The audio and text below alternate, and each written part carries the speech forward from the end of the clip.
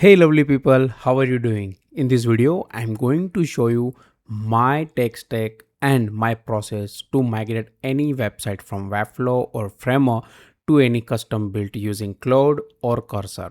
So in this case, I'm going to use Antigravity as my IDE to build a website, Claude to create a design system for me, and Astro for my front end.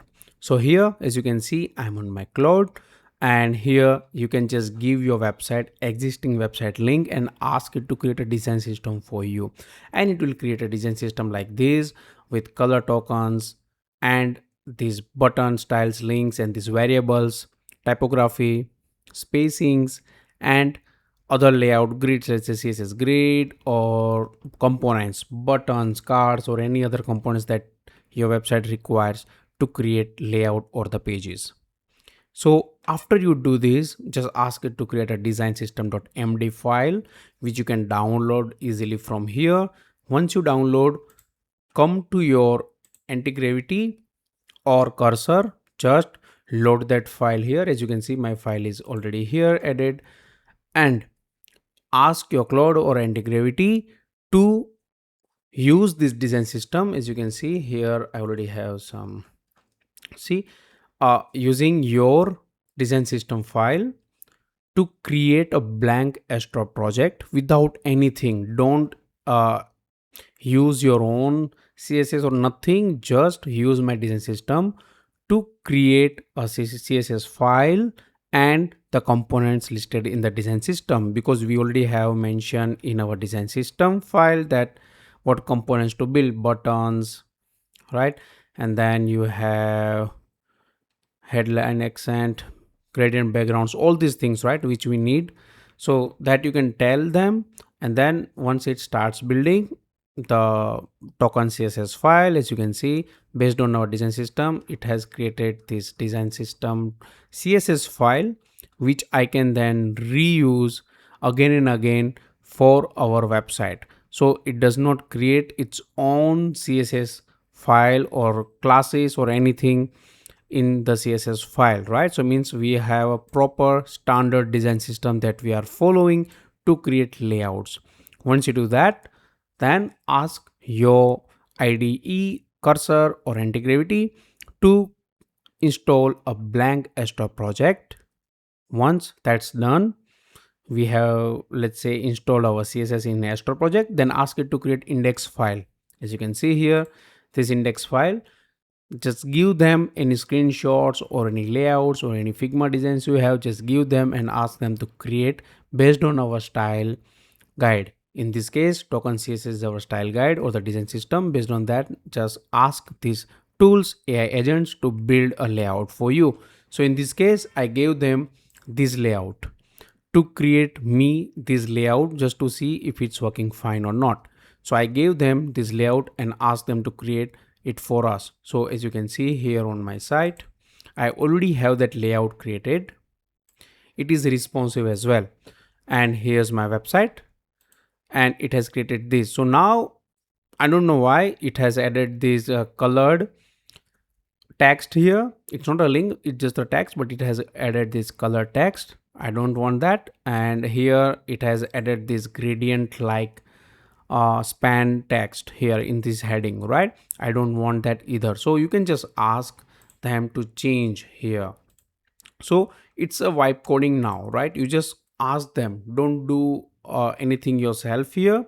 If you want to save tokens, then yes, go make some changes. If you know HTML and CSS, then you can go and do work yourself here. Otherwise you can just tell them change, or let's say I want to remove this border, remove a dotted line border from my card component. So I'll just give it this instruction and it will start doing its work. So after some time, let's wait for it and just see what it does. So now one file change. What change is they have made in the token css file? Here they are, see, border top, padding top or something, border top. So they are removing this border, see, dashed one I use dotted, but yeah, dashed one.